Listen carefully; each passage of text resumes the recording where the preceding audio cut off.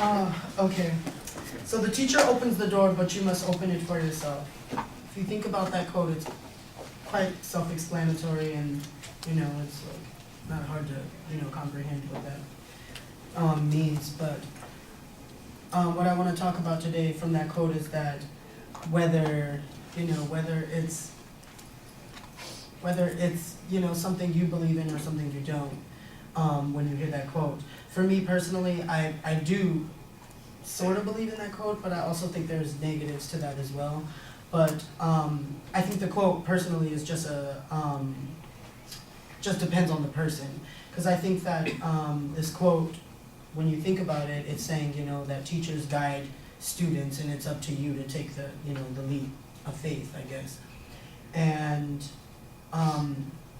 firstly, I want to say that this can be true, because when you get into college, sometimes you find those professors that want to guide you, that help you. They tell you need to do this and this and this on this study guide if you want to pass this exam, or you need to do this and this and this all semester if you want to pass my class, or things like that. Or even when they send you the emails and give you heads up before the class even starts, like drop this class if you're not willing to do this and this and this. And I think that's where an instance where the quote is true. But I don't know about you guys, but I went to public school growing up, and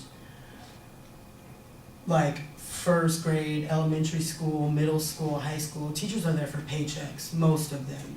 They don't tell you that, oh, if you don't have this specific guidance, and you don't get these specific grades, you can't even get into, a good enough college, you know what I mean? Or you need to do this and this even to move on in your life, or that, doing this or hanging out with these people is going to be the wrong way. It's just like, oh, do this. If you don't do it, well, you don't pass, good luck, and they teach you to even remember things instead of even comprehending things. So I say, for instance, sometimes, things aren't true because they say, read this book, and then they just give you questions on that, and then, you read it, you remember it, and then you take the test and you pass the test, but then did you actually learn what you needed to learn?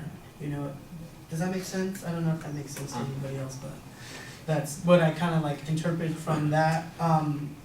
So I think there's negatives and positives to the quote. I think the quote kind of can relate to mostly college professors, because college professors are usually more helpful, they're more guided, they are more the type of people where it's like, if they see that a student doesn't care, then they're like, okay, fine, then you don't care, I don't care. But if they see that you care, then they're willing to, work with you and make things better for you, and make, college a little more easier, I guess, or make things better for us in the classroom to learn.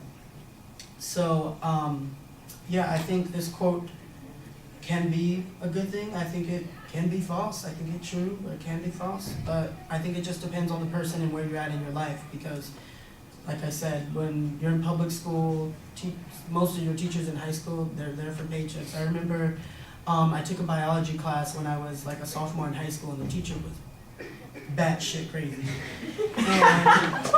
And she would talk about politics, and this is a biology class. I'm like, hello, why are we talking about George Bush right now? And she would always do that, and people hated the class, and then people were like, oh yeah, I got an A, da da da da da. I even got an A. I'm taking biology right now, and I'm struggling. I have a D. I didn't get an A in biology in high school, and I have a D right now in college. So that's where I want to say, teachers sometimes are just there to stand around and get a paycheck, you know what I mean? And sometimes it's not always them that are helpful to like our success. It's us, you know what I mean? It's mostly you. So I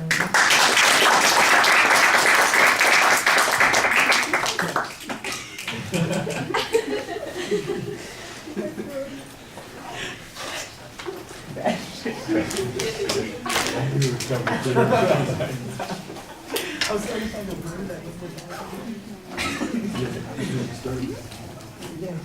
I know, I was like,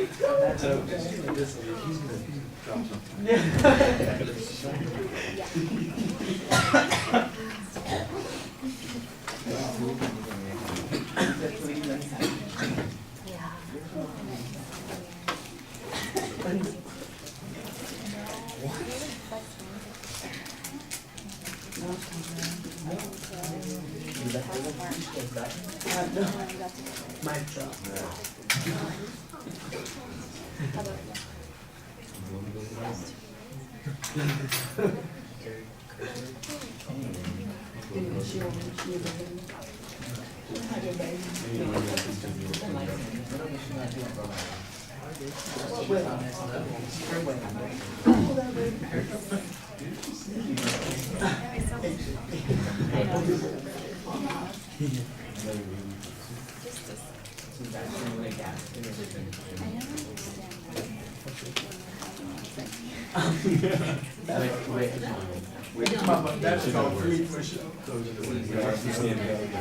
All right, Damonte, at the beginning, I'm not sure that you got the quote quite right, but as you went along, I think ultimately we figure out sort of what you're saying, but it really sounds like you're wandering in that first minute, trying to figure out what the quote is supposed to mean, where you're going to go with it. You were so fuzzy about some good things, some bad things.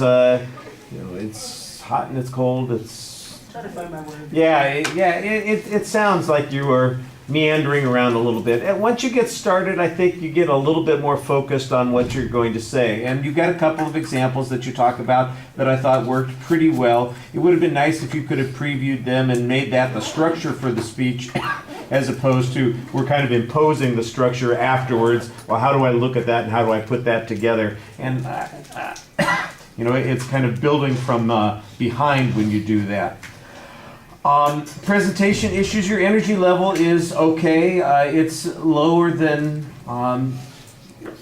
we're at the end of 2 hours of listening to speeches, and so sometimes it's a little tough to sustain a high level of involvement, but you're fine. It's not like you're putting us to sleep, but it's awfully quiet and passive sometimes, and I think maybe a little bit more active would be a good idea.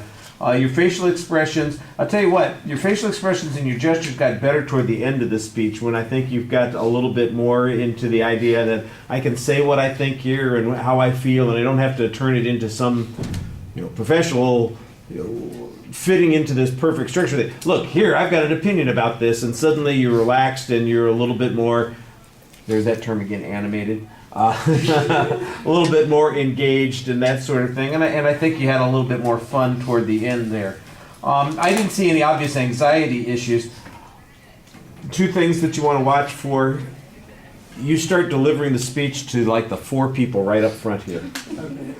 I'd say 80% of the time they're getting and the rest of us, we're just all watching you give the speech to them. It's not like we're in the audience at all, so that's a little bit of a problem. And there's a section where you're using a crutch phrase that comes up quite a bit, and I think it's mostly just because of the section that you're talking about and the way you're talking about it, because I didn't notice it in other parts of the speech, but you missed when you were out of the room earlier, because I said I'm giving her responsibility for counting a phrase that she uses. You guys know what the word is that he's going to have to watch? Yeah, count. So when you watch your speech, I want you to count the number of you-knows that you have in the speech. And I think they're mostly concentrated in one area. Like I said, I think you were in a spot where you're using that as a crutch in that one area. Because once you got out of it, I didn't notice it as much. All right, thank you. You guys have a good weekend.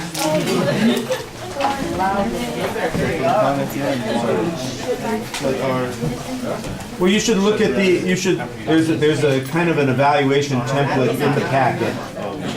And what did I think of my icon?